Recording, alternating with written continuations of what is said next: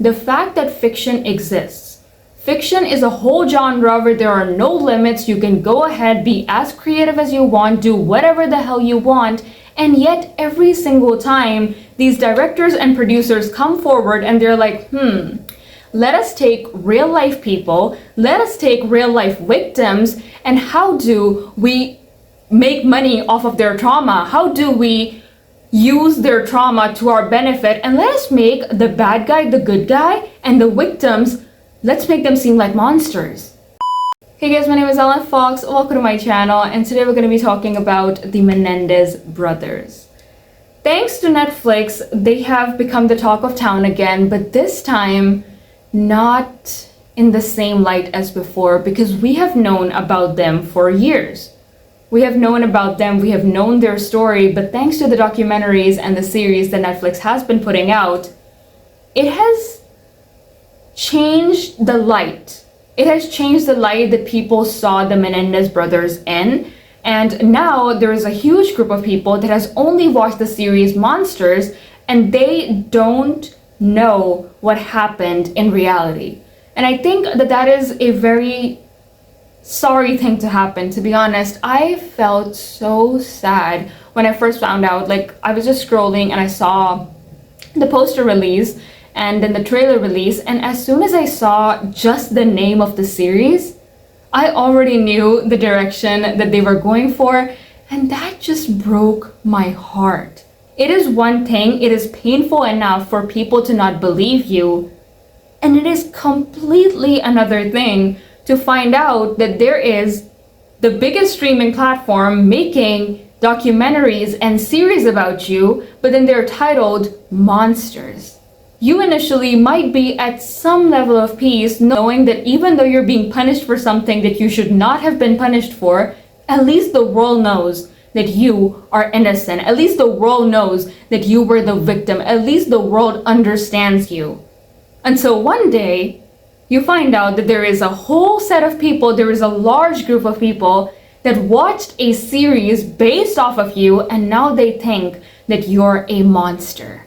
So before we begin, let's talk about the backstory of the Menendez brothers. What happened to them and their father, Jose Menendez.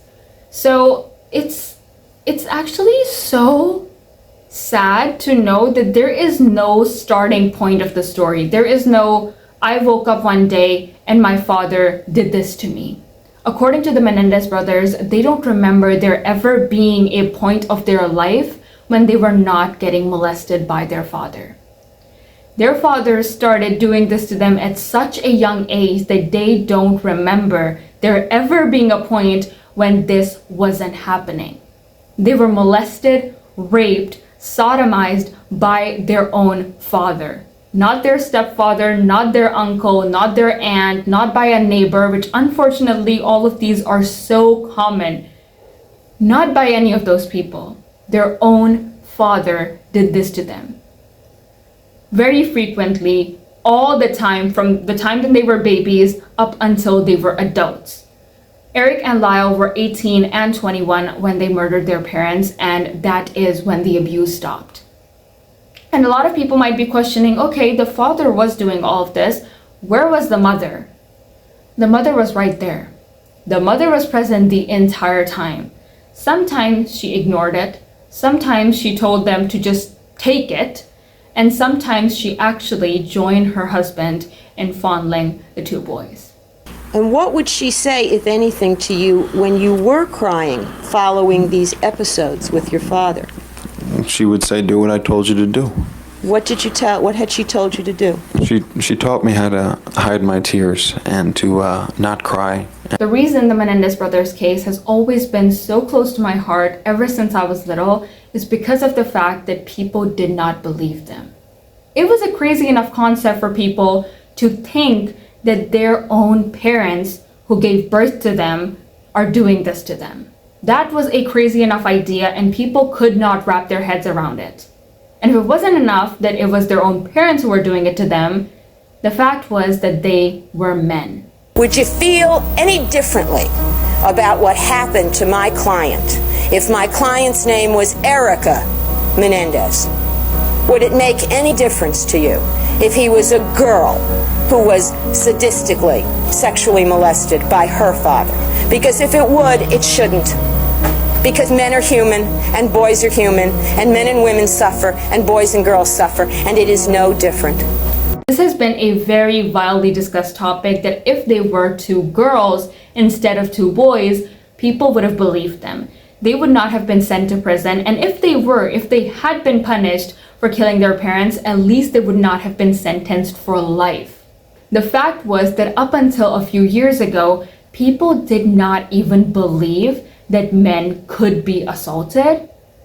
And worse than that, in a lot of cases, people don't even think about it. That's the only way to put it. People don't even think about it. It's as if it's a concept that doesn't exist. As I said previously, that this is a case very close to my heart. And the reason is that this is a very popular case that led to a lot of people knowing that men can also be victims of assault, rape, and harassment. A lot of people came to believe that men can also be victims, and a lot of people stood with the Menendez brothers. Because growing up, when I was little, I used to watch basically, either English television or Turkish television. And if you ever watched Turkish television, you would know that in a lot of stories, at one point, at like the 30th episode or the 40th episode, suddenly a random girl shows up in the drama and she goes to the male lead and she's like, here is your child. And it's like a 4 or 5-year-old kid, and they're like, yeah, all these years ago, one day you were unconscious or you were drunk or you were sedated or whatever, and I just slept with you. And even as a kid, even as like a 6, 7-year-old kid, I would watch those dramas and I would always think, this feels wrong. You mean to tell me that somebody just randomly walks into this man's life and tells them, oh, because I had a crush on you and you rejected me, one day you were sedated, so I just slept with you, and now here's a child. Back then I didn't know what sex was or what rape was, but it still seemed like such a bizarre idea to me that a random girl walks into your life and is like, oh, here's a child. Here is your child that you did not know for all these years even existed. As a child, that bothered me so much, and in every single drama, nobody ever addressed it as rape. The moment that woman would show up with the child, the stereotypical mother-in-law would be like, oh my god, I finally have a grandchild, and they would immediately accept the child and the mom.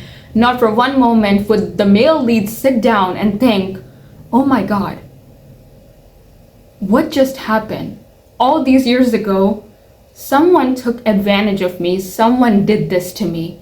Not for one moment would the audience or the writers or the actors, nobody would sit down and even consider the male lead to be a victim. It would often, oh my god, oftentimes they would consider this cheating. They would consider that if somebody sleeps with a drunk man, the female lead would actually break up with him because, oh, you just cheated on me.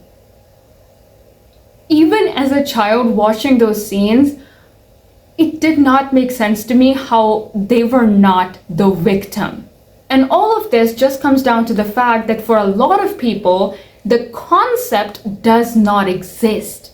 For a lot of people, the idea that men might be victims does not even exist to begin with. And that was the case with Erik and Lyle Menendez. When they stood in court and they told everyone that we were sodomized, we were raped, we were assaulted by our own parents, people did not believe them.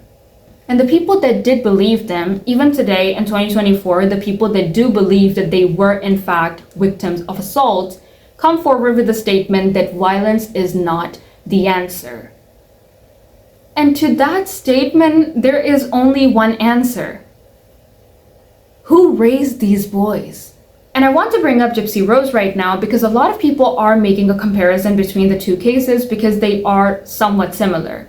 Both of the victims were abused by their parents, and both of them, in order to escape, murdered their parents. So a lot of people are like, why does Gypsy Rose get to be free and get to be out there when they are sentenced to life? And I personally wanted to bring this up because people defended Gypsy based on this. Who raised Gypsy? Who raised the Menendez boys? Erik and Lyle do not remember there ever being a point of their life when they were not assaulted by their father. They were being raised by a sociopath. And the fact that people still come forward and they're like, violence is not the answer, they were young boys. They were 18 and 21 without a single year of their life when they weren't abused. They were being raised by people like that. What do you expect them to become? You expect sociopaths to raise normal people who would grow up and be like, oh, violence is not the answer. Maybe we should go with a different approach. When a school shooter does something, people go to their parents. People go to that child's parents and they're like, who gave the child the gun? Did the child ever show signs that they want to do something like this? And when the child showed signs, what did you do? Why is it that with a lot of school shooters, their parents also go to jail?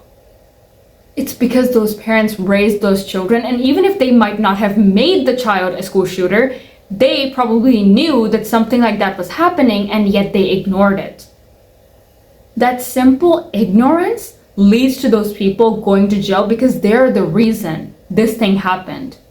And you mean to tell me that these two boys were literally raised by sociopaths and you expect them to behave like normal human beings? Another thing that is very common for people to do to victims, whether it's male or female, is that they say, oh, you must have liked it. You must have enjoyed it. You must have given consent, and now because you feel embarrassed or whatever, you're saying that the other person forced it onto you. That is a very common thing to happen to women and men alike. So we need to bear in mind that even in 2024, people still think like this. So decades ago, when they came forward and they said that, hey, we're men and we were assaulted, people were like, oh, but you must have allowed it to happen. You must have liked it. Because during the trial, they were actually questioned about the whole thing, including, are you gay? Are you gay? No. No, the prosecutor brought that up because I was sexually molested, and he felt in his own thinking that if I was sodomized by my father, that I must have enjoyed it, and therefore I must be gay, and the people that are gay out there must be sexually molested, or they wouldn't be, is what he felt. It was upsetting to hear, but I'm not gay, but a lot of gay people write and feel connected to me. Because it was their father doing this to them, so they felt the need to question them, are you homosexual? Another thing that was used in the case against the brothers was the money. So for those of you who are not aware of this, Jose Menendez was actually a rich man, which might just be the reason that their mom, Kitty, stayed with him or tolerated him or even let him do whatever he wanted to the boys. And the way this was used against Erik and Lyle in court was that after murdering their parents shortly afterwards, they went ahead and they bought a Rolex watch. This was mentioned in the trial. Why did you buy that Rolex watch? Now, do not quote me on this. I read this in the comments, so I'm not completely sure if this is true information or not. But allegedly, Jose would take his kids out for a retail therapy or just take them out to buy them nice things whenever he would hurt them. After he would assault them or rape them, he would take them out and buy them nice things. So their way of sort of coping with that pain was that it was followed up by retail therapy or just buying something. Why did you need to buy a Rolex watch 4 days after your parents were killed? I didn't need to. You wanted to. We went ahead and got the suits and so on and purchased that. And we were wandering around, and I was sort of down and kind of depressed and just wandering around into stores. And we were in the jewelry store, and I don't know why, but I just purchased the Rolexes. And at some point in the... Shortly after the death of their parents, one of the boys went ahead and bought a Rolex watch, which was later used against them in court. The court wanted to question why they would do something like that right after murdering their parents, or even if their parents had just died and was not in fact murdered by them. This led the court to suspect that maybe they're not victims of sexual assault, and they made up that story to cover that they are just spoiled children who murdered their parents. Now, those are just opinions, Were they victims? Were they not victims? Were they spoiled? Were they sociopaths? Those are just opinions. The fact is that there was not much evidence available to prove that they were victims of sexual assault. According to the brothers, obviously this was not something that was a public matter. Their father did not openly abuse them in front of everyone. So there wasn't exactly any concrete proof or any taped footage or anything like that, which is why the court once again decided not to believe that they were victims. There is, however, some evidence available. One of the letters that was written by Erik to his cousin Andy while their parents were still alive and molesting them was submitted in court, and in the letter it is clearly mentioned what was going on. The letter reads, "I have been trying to avoid Dad. It's still happening daily, but it's worse for me now. I cannot explain it. He's so..." I'm unable to read this word, "that I can't stand to see him. I never know when, where it's going to happen, and it's driving me crazy. Every night I stay up thinking he might come. I used to put it out of my mind. I know what you said before, but I'm afraid. You just don't know Dad like I do. He's crazy. He's warned me 100 times about telling anyone, especially Lyle." Not just the letters, multiple witnesses came forward and testified that the boys were in fact victims of assault. He proceeded to indicate to me by touching himself down and saying that his dad and him had been touching each other down there. Just that, in 2023, a member of a boy band also came forward and told that they were also a victim of Jose Menendez. Despite all of that, despite millions of people believing that the Menendez brothers are innocent, despite there being multiple appeals ever since they went to prison, nothing has happened.